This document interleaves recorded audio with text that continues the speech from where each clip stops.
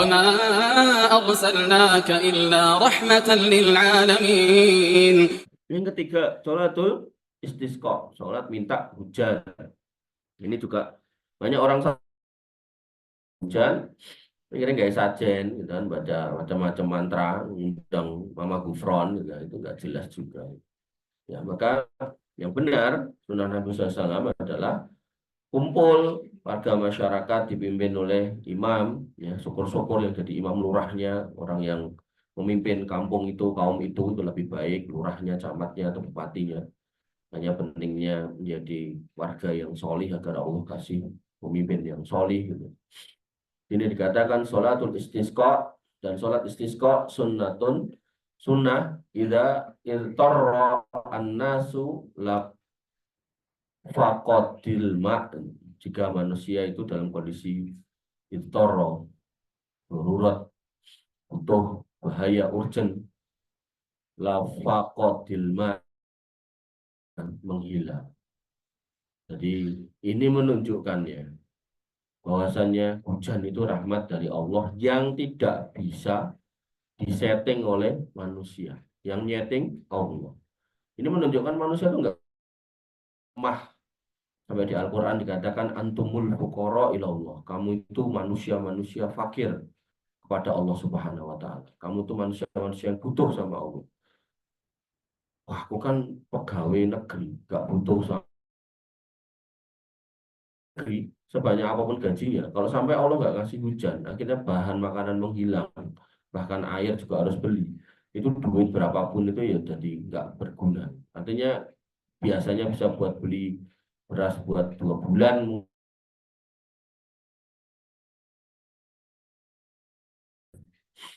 Nah,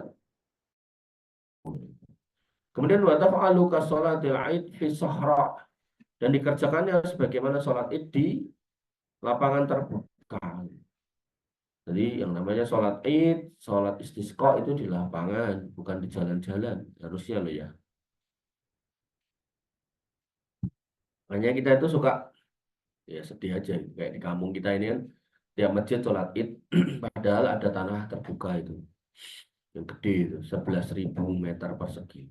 Atau 1,1 hektar. Itu kalau buat sholat bareng-bareng sekampung bisa. Tapi kadang itu ya, ngurus masjid itu berebut kotak infak jadinya ya mengadakan sendiri-sendiri atau malas bersihkan lapangannya. Padahal bersihkan lapangan ya gelem patungan, setiap masjid ngetok ke ngeluarkan 1 juta itu, apa namanya, mobil setom kemudian pokoknya gue merata gue resii sama nyuruh orang, nggak kira bisa mudah. Nah, rata-rata kita nggak mau modal itu, terus akhirnya yang ngeliat lapangannya gede nggak mau. Jadi tak ambil, sholat yang dalan gampang. Ya. Kalau bisa nanti kamu jadi takmir jangan gampang kan kayak gitu. Jadi kalau sunnahnya itu di lapangan. Selama masih ada tanah lapang, usaha. Sekali lagi, bukti cintamu pada Allah ngikuti nabinya. Jangan kemudian gampangkan, punya rumus sendiri. Wa yakhruju ilaiha, dan manusia keluar pada lapangan itu. Kemudian mutadzallilan mutadorrian, mutakhosian dengan penuh rasa takut. Ya, khusyuk itu asas dari khusyuk itu rasa takut. Takut apa ya? Takut kepada Allah, takut kalau kemudian dapat adab Allah, takut kalau kemudian nggak dikasih nikmat Allah, takut kemudian kalau nggak dilihat Allah, takut kemudian kalau nggak dicintai Allah. Wah, ketika orang itu punya rasa itu, datanglah rasa apa khusyuk itu. Kemudian mutadzallilan, penuh merendah, rendah. Allah itu yang maha tinggi, kita yang maha rendah. Allah yang maha mulia, kita yang maha hina. Kita yang paling rendah, nggak apa-apa merendah di mata Allah, merendah di mata manusia nggak boleh. Ya, kamu menjilat orang itu nggak boleh. Ya, merendah kepada Allah wajib. Ya, Allah yang maha kaya, kita yang paling miskin. Allah yang maha hebat, kita yang paling lemah, itu dan seterusnya.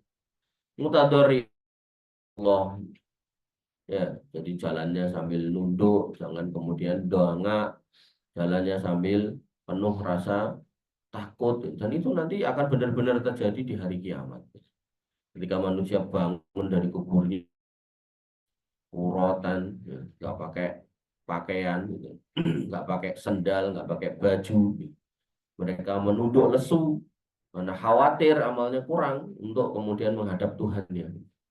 Nah, harusnya seperti itu ya untuk latihan nanti di padang mahsyar. Ya, maka ketika sholat apa namanya ini tadi sholat istisqa ya, jangan sampai ya sholat istisqa terus jalannya kemaki-kemaki, tawa-ketawa nggak jelas, teriak-teriak. Jangan. Karena kita berharap rahmat Allah berupa hujan. Wa yusolli rokaatain, sholatnya 2 rakaat, summa yakhutub khutbatan wahidatan, kemudian berkhutbah 1 kali. Jadi sholat dulu baru khutbah. Berarti ini sifatnya kayak sifat sholat apa? Sholat Aid. Kalau sholat Jumat khutbah dulu baru sholat. Ya.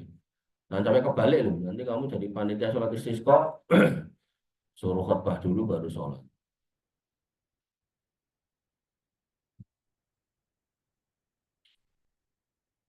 Nah, kalau di sholat khusyuk, kalau mengacu ke kitabnya ini, ya, di sini nggak disebutkan tentang khutbah, nggak ada ya.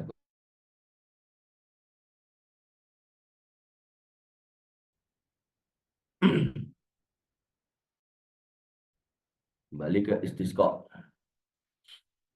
Tapi kamu kalau baca kitab fikih itu jangan kemudian, yang paling benar ini enggak ya. Nanti kalau ada kitab fikih yang lain, ya itu kemudian menjadi tambahan informasi, ya pembanding. Dan juga jangan nyalahkan, tentang tulis ini nggak ada tadi khutbahnya di sholat khusyuk, salah berarti kita tapi enggak ya. Enggak. Jadi kekurangan dalam kitab fikih itu biasa, dilengkapi dengan baca di kitab yang lain. Itu ya. Dan kemudian jadi seorang tulab, seorang tulaib menuntut ilmu yang kecil, ya toh, maka sebaiknya kemudian banyak-banyak mengkaji. Nah, kalau kamu merasa suatu kitab fikih itu kurang, ya, bahwa saya, ya kamu susun tuh kitab fikih yang lebih baik dengan memadukan semua kitab fikih yang ada. Keluarlah kitab fikih baru, dengan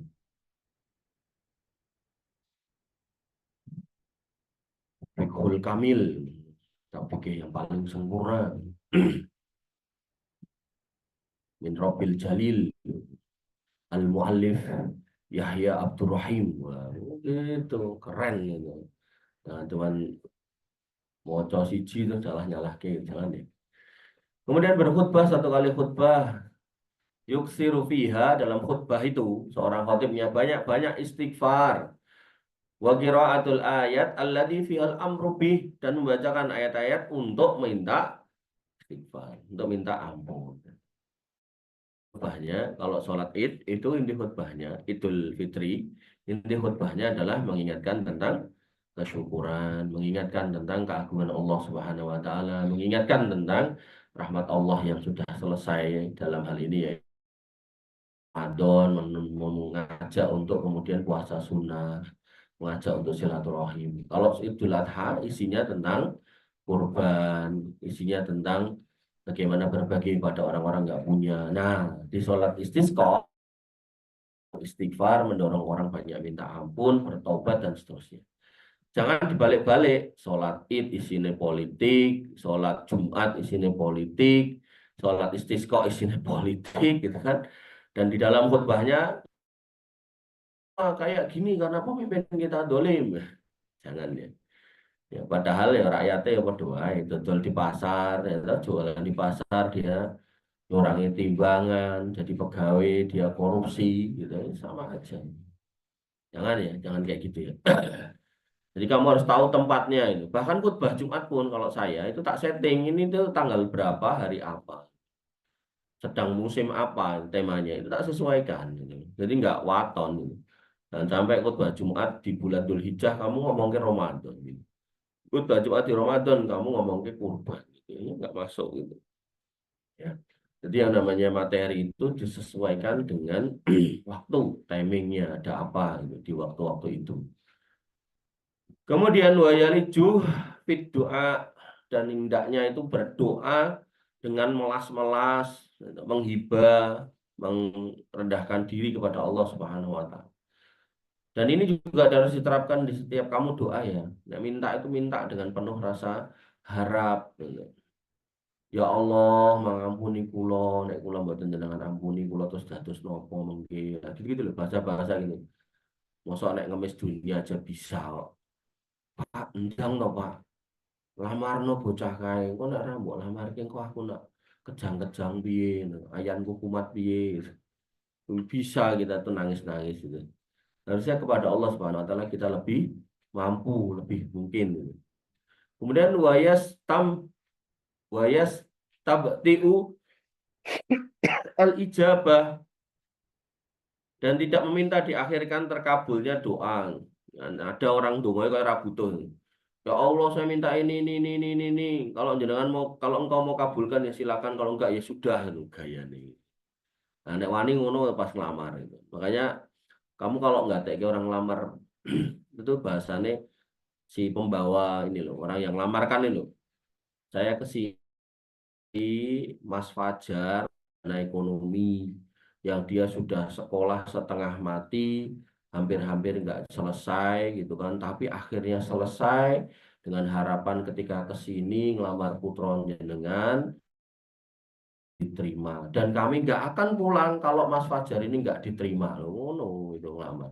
Jangan kemudian saya jauh ke sini nganterin Mas Fajar yang sudah selesai sarjana ekonomi untuk ngelamar putri Bapak, Bapak terima monggo, enggak yo tompo gitu kan.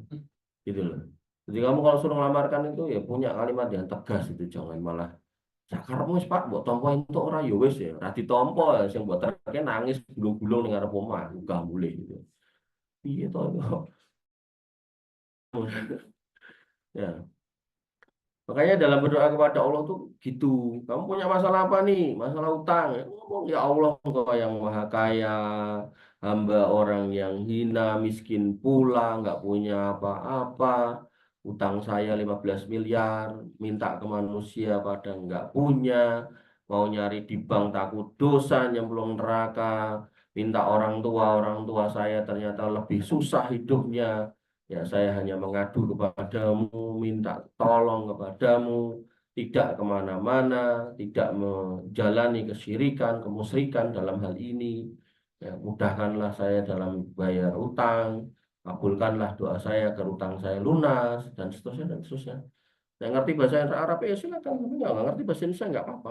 Jadi dalam hal doa, sekali lagi doa ya, doa yang tidak dalam ritual ibadah, itu bisa dilakukan atau diucapkan dalam bahasa daerah gitu, bahasa lokal gitu. Tapi kalau konteksnya ya dalam sholat ya jangan. Sholat ya harus ikuti tuntunannya gitu. Ya. Jadi ada orang aneh-aneh biar khusyuk diterjemahkan. Allahu Akbar. Segala puji bagi Allah Rabb semesta alam, Ar-Rahmanir-Rahim, yang maha ini dan itu, gitu. Yang maha pengasih dan penyayang, yang menguasai hari pembalasan gitu. Ini ada orang kayak gitu. Ini orangnya nggak usah diikuti. Kemudian wayam bagi qoblal khuruj ilaiha, dan hendaknya sebelum keluar menuju lapangan, Pak fi'lul. Fi'lul apa fa'lul gitu ya. Fa'ala fa'al. Apa ya? Fi'lul.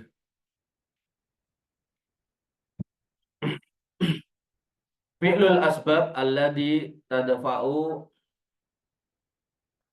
asyarru asyarra atadfa'u syarra wa tanzilur rahmah. Maka seharusnya dia ya sebelum datang ke tempat sholat dia harus mengerjakan sebab-sebab untuk menolak keburukan, kejelekan. Jadi berarti jangan melakukan kemaksiatan itu.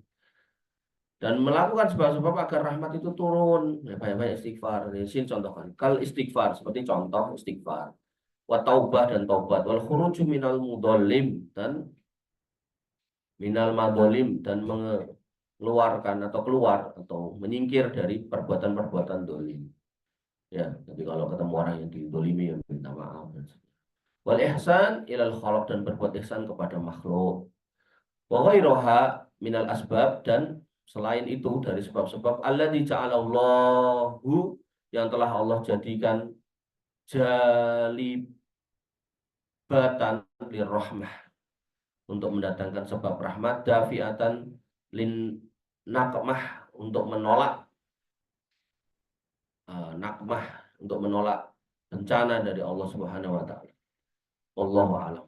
Allah yang Maha tahu. Jadi di sini harus kamu pahami. Benar Allah itu Ar-Rahman yang Maha memberikan rahmat kepada hambanya. Tapi jangan lupa kalau Allah juga Sadidul Iqab. Allah juga maha atau bisa atau mampu memberikan adab dengan keras.